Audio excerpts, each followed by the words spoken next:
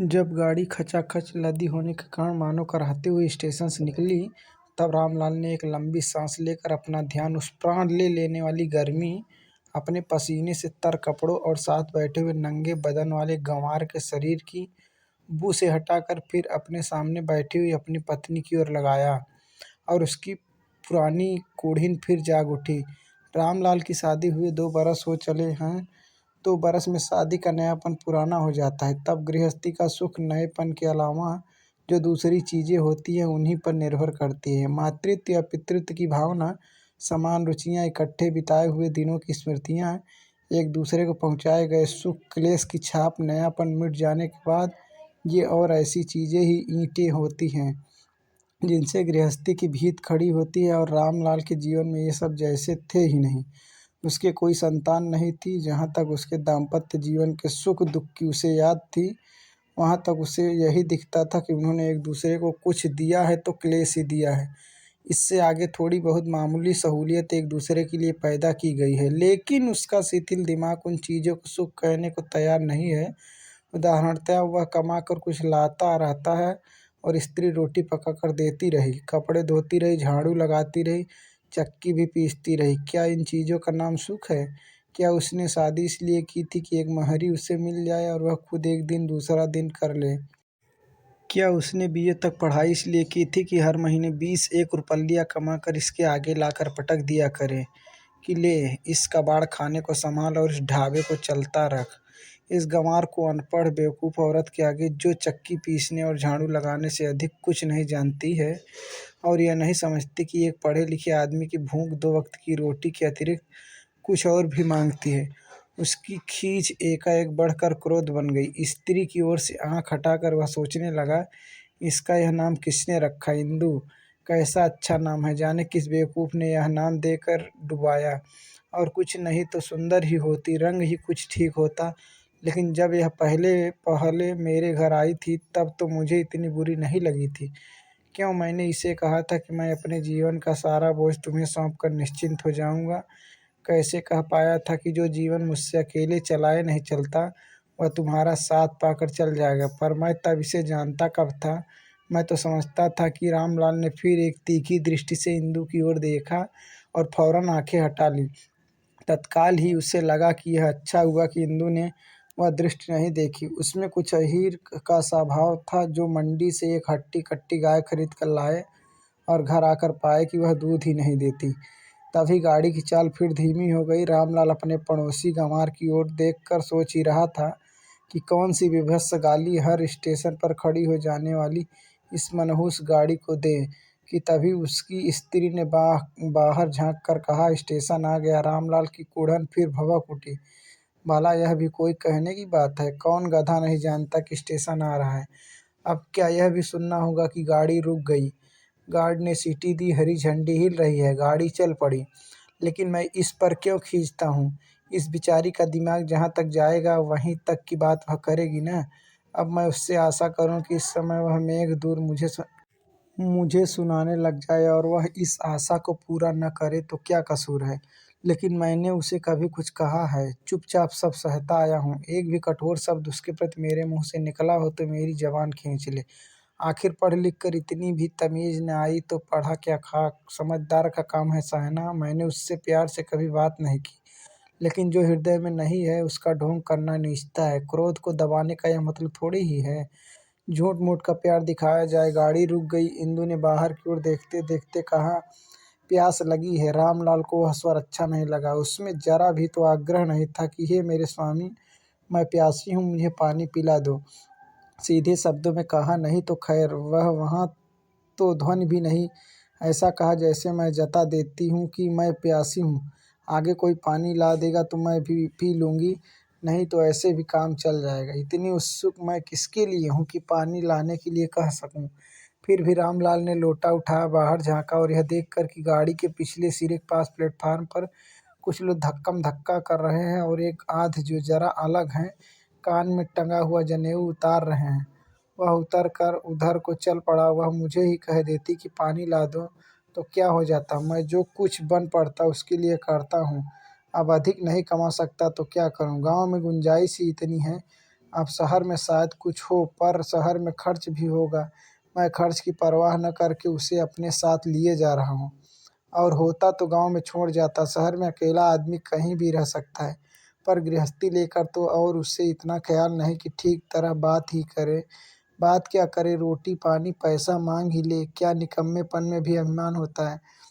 रामलाल नल के निकट पहुंच गया, गाड़ी ने सीटी दी और चल दी।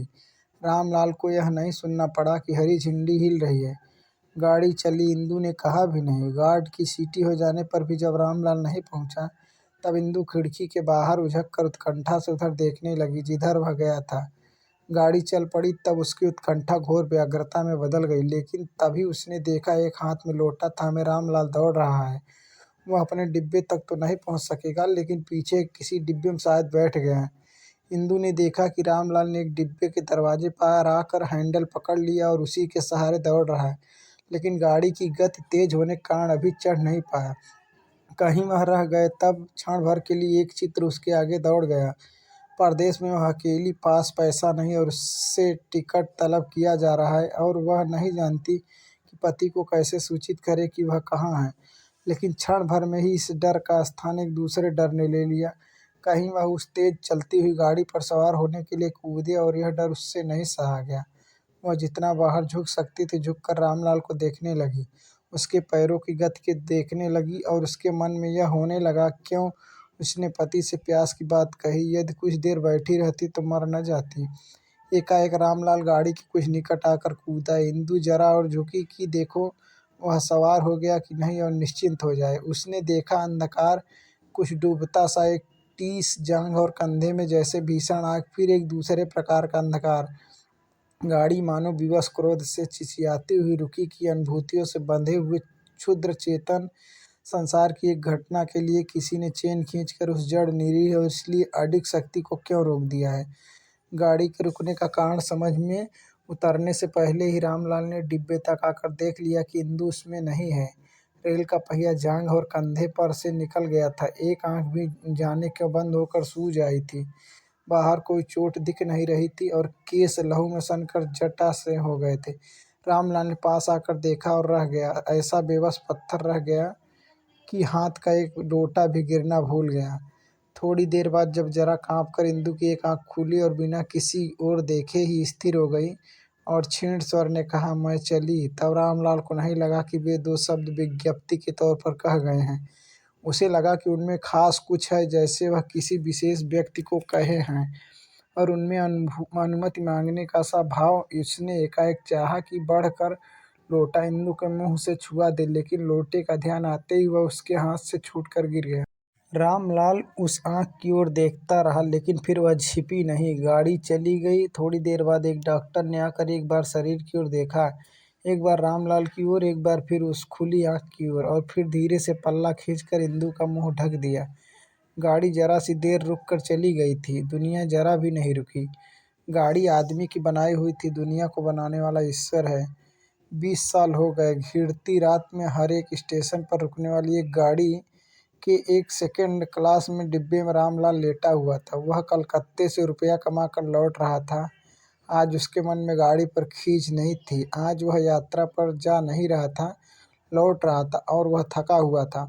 एक छोटे स्टेशन पर वह एकाएक भड़बड़ा कर उठ बैठा। बाहर झांक कर देखा, कहीं कोई कुली नहीं था। वह स्वयं बिस्तर और बैग बाहर रखने लगा।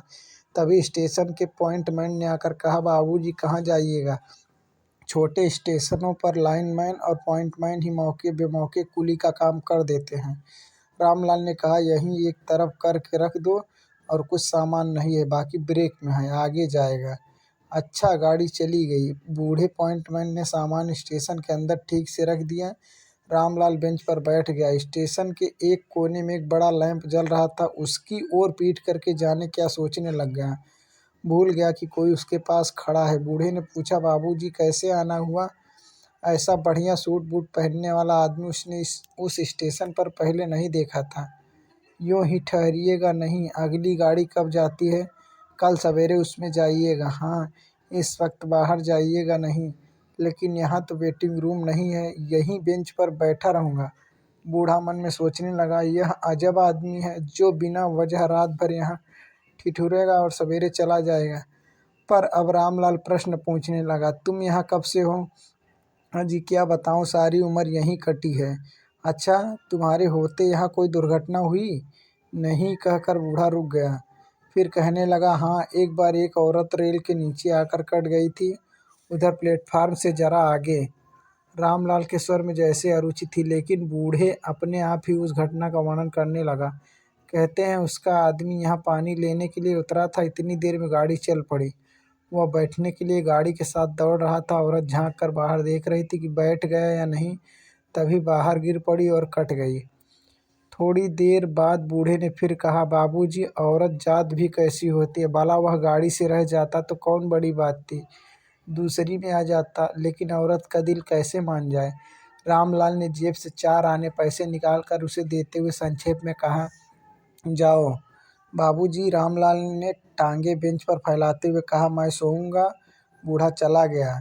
जाता हुआ स्टेशन का एकमात्र लैंप भी बुझ गया। अब उसकी कोई ज़रूरत नहीं थी। रामलाल उठकर प्लेटफार्म पर टहलने लगा और सोचने लगा, उसने पानी नहीं मांगा था, लेकिन अगर मैंने ही कह दिया होता कि मैं अभी लाए देता हूँ पानी, तो आदमी जब चाहता है जीवन के 20 वर्षों को 20 मिनट 10 सेकंड में जी डालना, और वह 20 सेकंड में ही ऐसे जो आज के नहीं हैं, 20 वर्ष पहले के हैं, मर चुके हैं। तब उसकी आत्मा का अकेलापन कहा नहीं जा सकता, अंधेरे में ही कुछ अनुभव किया जा सकता है। रामलाल स्टेशन का प्लेटफार्म पार करके रेल की पटरी के साथ हो लिया।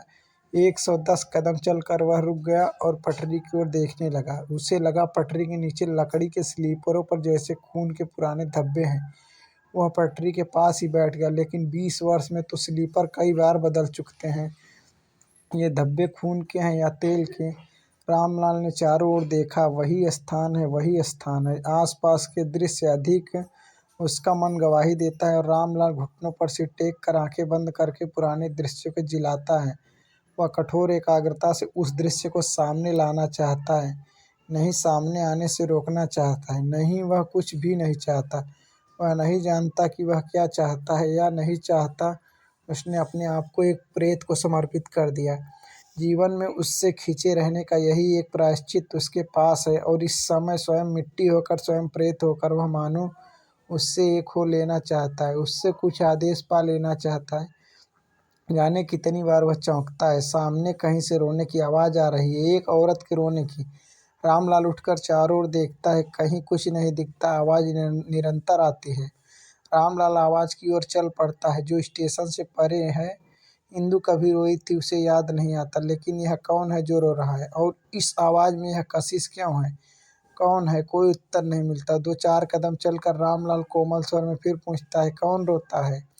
रेल की पटरी के पास से कोई उठता है। रामलाल देखता है, किसी गाढ़े रंग के आवरण में बिल्कुल लिपटी हुई एक स्त्री उसे पास आता देखकर जल्दी से एक ओर कुचल देती है और क्षण भर में झरमुट की ओट हो जाती है। रामलाल पीछा भी करता है, लेकिन अंधकार में पीछा करना व्यर्थ है, कुछ दिखता ही नहीं है। रामलाल पटरी को लौटकर वह स्थान खोजता जहाँ वह बैठी थी। क्या यहीं पर है? नहीं, शायद थोड़ा और आगे। यहाँ पर नहीं, थोड़ा और आगे। उसका पैर किसी गुदगुदी चीज़ से टकराता है। वह झुककर टटोलता है एक कपड़े की पोटली, बैठकर खोलने लगता है। पोटली चीख उठती है। कांपते हाथों से उठकर वह देखता है, पोटली एक छोटा सा शिशु है जिसे उसने जगा दिया। वह शिशु को गोद में लेकर थपथपाता हुआ स्टेशन से लौट आता है और बेंच पर बैठ जाता है। घड़ी देखता है, 3 बजे हैं। 5 बजे गाड़ी मिलेगी। अपने ओवरकोट से वह बच्चे को ढक लेता है। 2 घंटे के लिए इतना प्रबंध काफ़ी है। गाड़ी में बिस्तर खोला जा सकेगा। रामलाल ने अपने गांव में एक पक्का मकान बनवा दिया और उसी में रहता है। साथ रहती है वह पाई हुई शिशु कन्या, जिसका नाम उसने इंदुकला रखा है, और उसकी आया जो दिन भर उसे गाड़ी फिराया करती है। गांव के लोग कहते हैं कि रामलाल पागल है। जैसे वाले पागल होते हैं, पैसे वाले पागल होते हैं, और इंदु जहाँ जहाँ जाती है वे उंगली उठाकर कहते हैं, वह देखो उस पागल बूढ़े की बेटी। उसमें बड़ा गूढ़ व्यंग होता है, क्योंकि वे जानते हैं कि बूढ़ा रामलाल किसी के पाप का बोझ ढो रहा है, लेकिन रामलाल को किसी की परवाह नहीं। वह निर्द्वंद है। उसके हृदय में विश्वास है। वह खूब जानता है कि उसकी क्षमाशीला इंदु ने स्वयं प्रकट होकर अपने स्नेहपूर्ण अनुकंपा के चिन्ह स्वरूप अपना अंश और प्रतिरूप वह बेटी उसे भेंट की थी। अगर यह कहानी आपको अच्छी लगी हो तो शेयर करें और लाइक और कमेंट करना ना भूलें। धन्यवाद।